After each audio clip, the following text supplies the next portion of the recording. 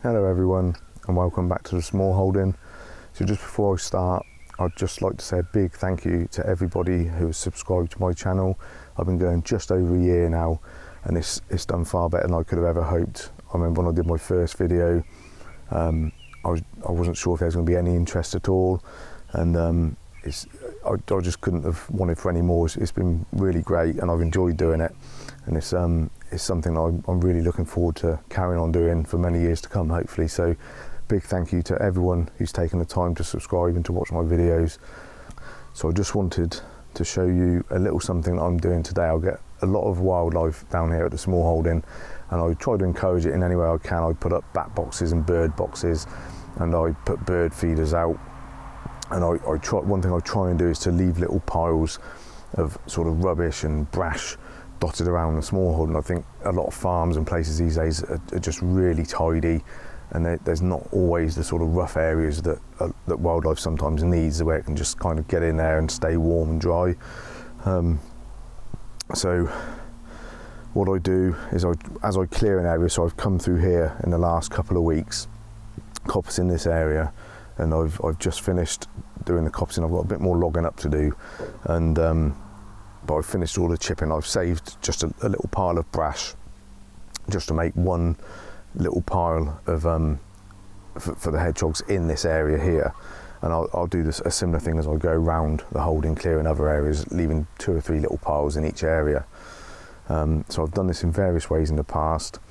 I've used old logs. If I get sort of conifer logs and things that aren't particularly great for firewood, I'll put them in a pile, and I'll put straw leaves, sort of stuff them in amongst the logs, and I've seen those get used by also various other things. I've had stoats and things make nests in there in the past, but you know, I'm happy for anything to use it.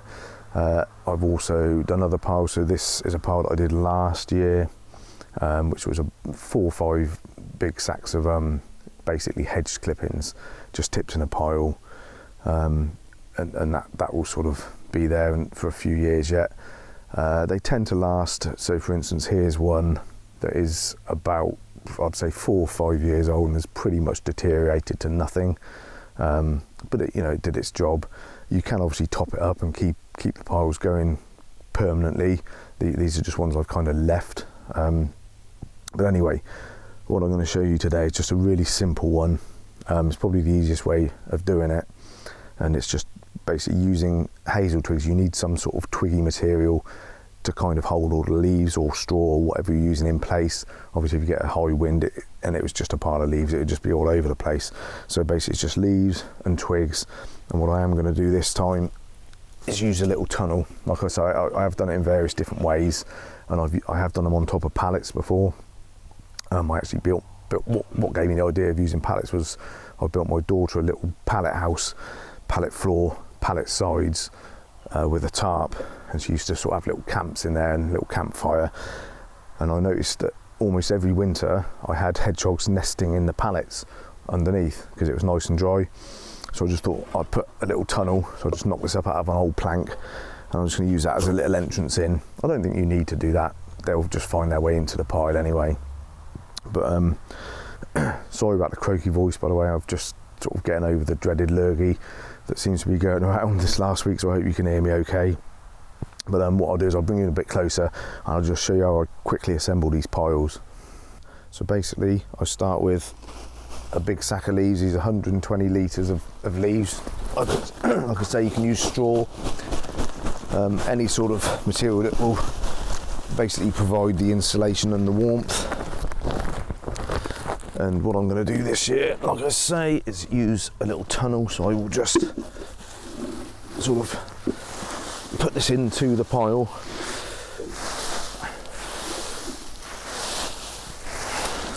like that.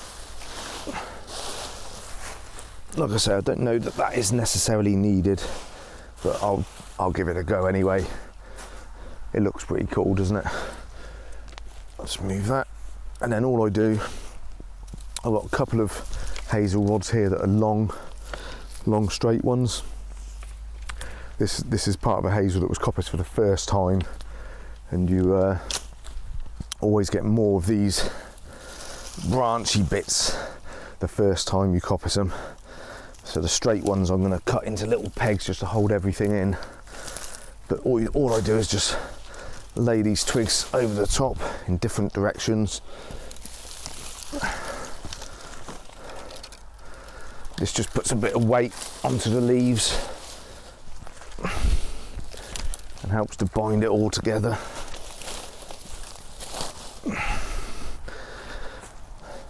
Like I say, what I might do is just actually keep some of these piles going, just top them up with a sack of leaves each year and a few twigs, and just keep them going, because I'm not sure whether hedgehogs would actually come back and use the same place year after year. I don't know, but I might just keep them going anyway, just in case. So I'll just put a couple of bits sort of just guarding that front door, just to block it a bit, stop sort of any bigger things perhaps forcing their way in.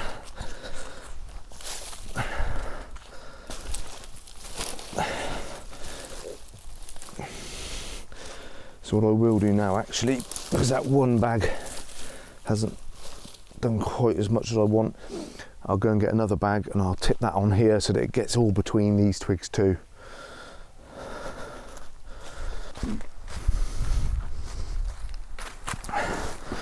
So I'll just tip these leaves right on the top and just work them down into the twigs.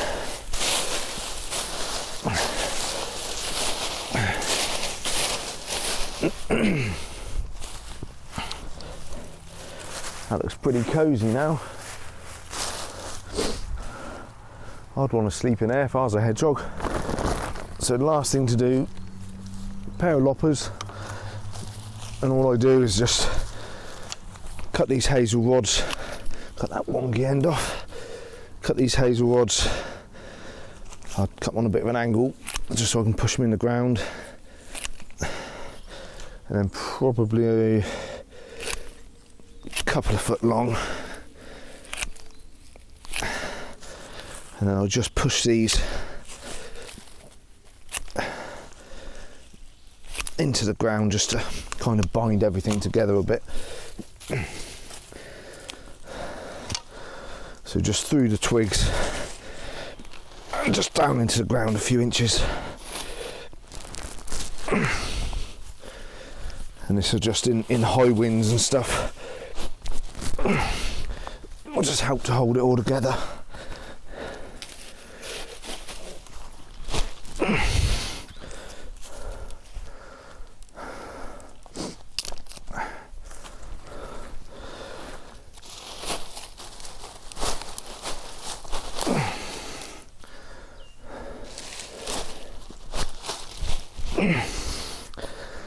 So actually doing it that way, I can always put more twigs on, put a few more stakes in whenever needed, and just keep adding a bag of leaves a year. So I think I'll keep this one going. I think any that I make from now on, I will just keep them going and top them up each year in the hope that they'll be used year after year. Perhaps if a hedgehog nests in there, the young ones might come back and use it the following year too. It's just a bit of a close-up look. Just looks like a nice natural pile of rubbish. And obviously come down here and you've got a nice tunnel right into the centre of the leaves.